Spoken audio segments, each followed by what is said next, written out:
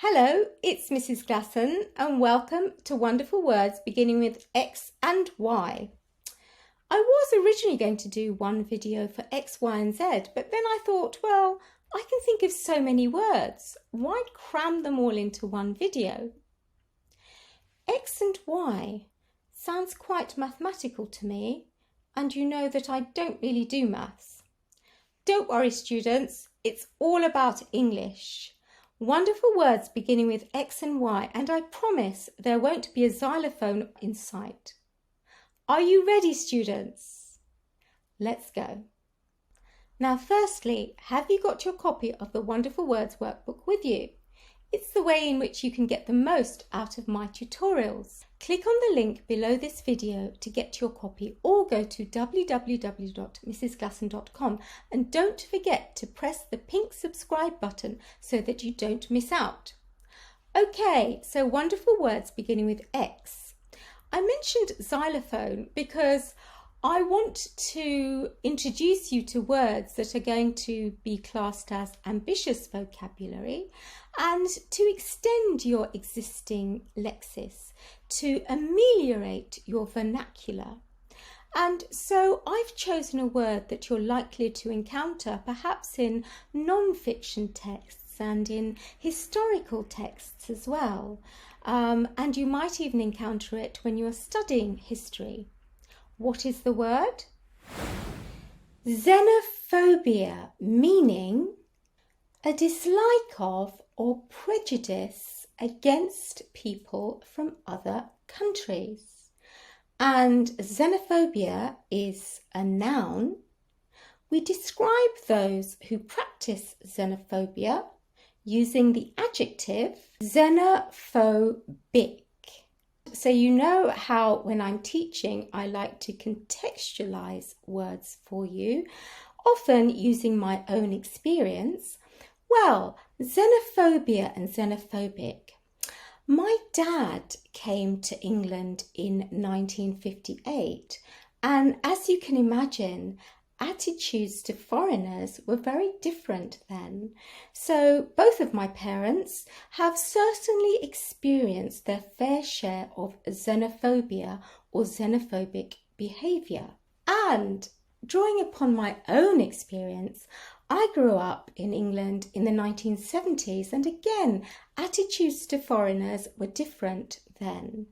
And I certainly have experienced my fair share of xenophobic behaviour. So the usual stuff, name calling, etc. When I was growing up, that was quite usual, the norm even. Even though, of course, it's completely unacceptable in any social or historical context. And I remember one particularly nasty incident from my childhood. It was late afternoon, early evening, and my parents had gone out shopping. And I was watching Saturday Night Fever with my friends, the teenage version. Well, while the house was empty, somebody put what I believe is known as a petrol bomb through the letterbox. And, I mean, I have to be careful because I'm quite hyperbolic. It wasn't the case that my whole house was burnt down, but certainly half the house was very, very badly damaged by the fire. And of course, as soon as my parents found out and I heard, we all said the same thing. Is the dog all right? And it was actually this dog here, bless him, a terrier. His name was Dixie. There he is, sitting in the garden of that particular house. But yes, he was okay. What he did was he ran to the kitchen, which was at the furthest point of the house.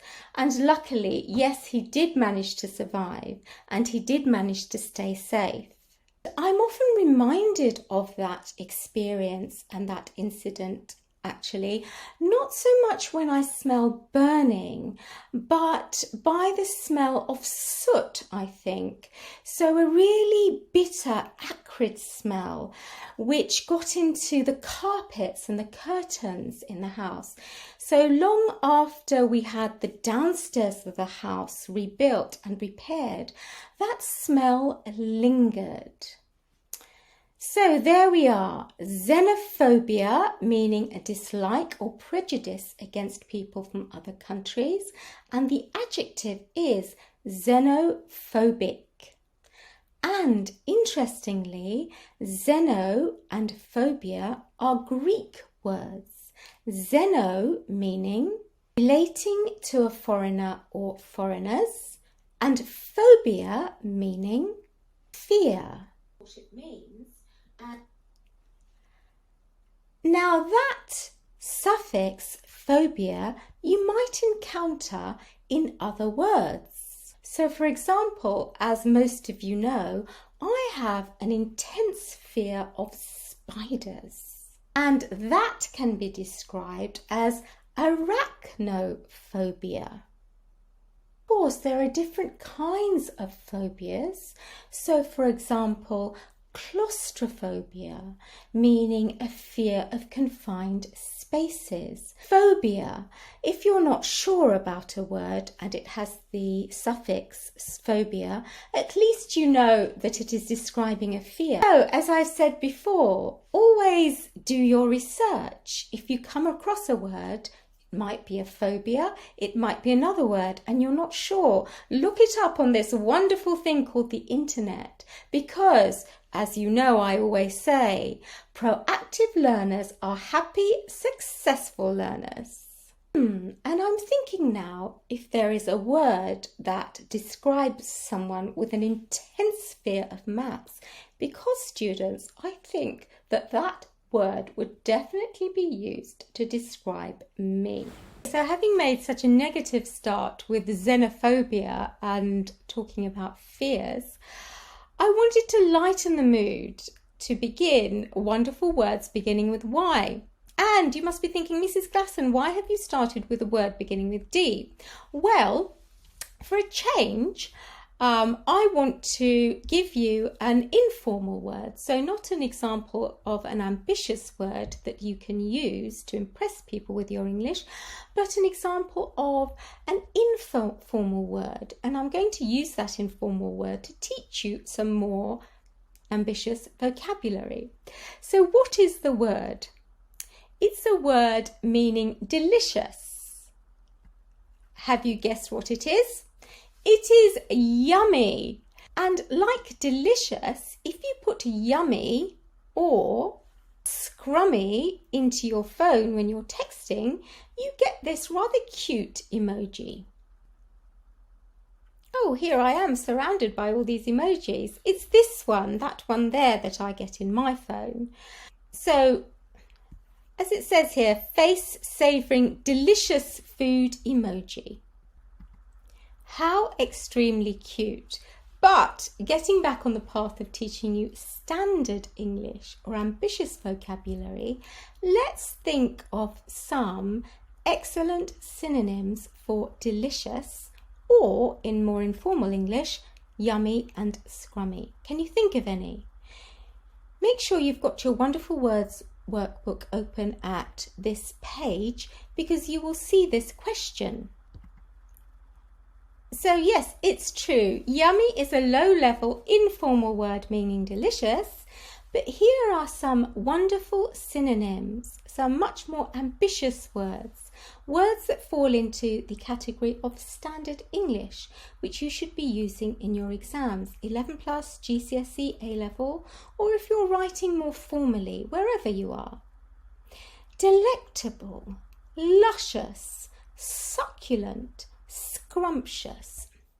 And just to show you how seriously I take teaching you, I'm going to demonstrate eating something that's delicious, delectable, luscious, succulent and scrumptious. This donut, absolutely yummy. Or should I say delectable, luscious, succulent or scrumptious. And that brings me to this word beginning with Y, yearn.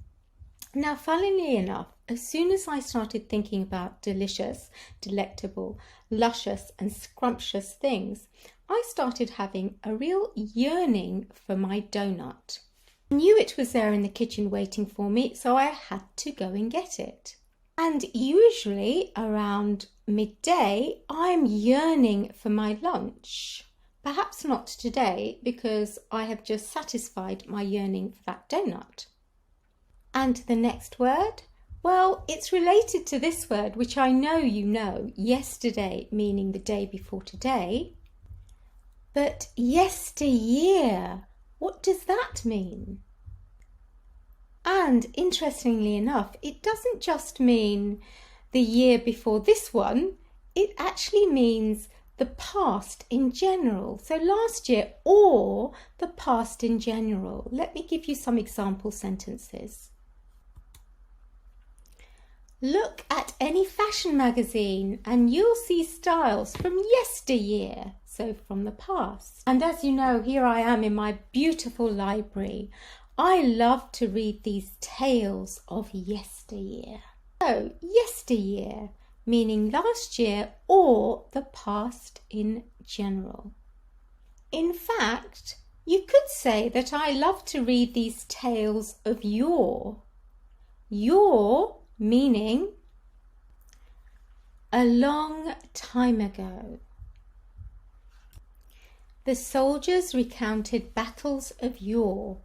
We will sit and reminisce about Christmases of yore, and that's certainly the case this year, students, because I found some videos, some actual video cassettes, and one of them was labelled Christmases 1997 and 2000, and they were just 10 minutes of videos that were taken on those Christmas days, but they feature my parents who aren't around anymore. And so, you know, I when I had the videos converted so that we could watch them on my computer, I did kind of lament that I didn't spend more time videoing my parents. So this year we're going to sit down and reminisce about Christmases of yore by watching the 10-minute extracts from Christmas 2000 and Christmas 1997, when we were all together with my parents. There we are, such fabulous words. And a quick reminder to get yourselves the Wonderful Words workbook by clicking on the link below or going to www.mrsglasson.com. So then you can continue to use my videos to elevate your Lexis, to make your diction more dexterous, and to make your English exemplary. And now, students, there's just one more thing left to do.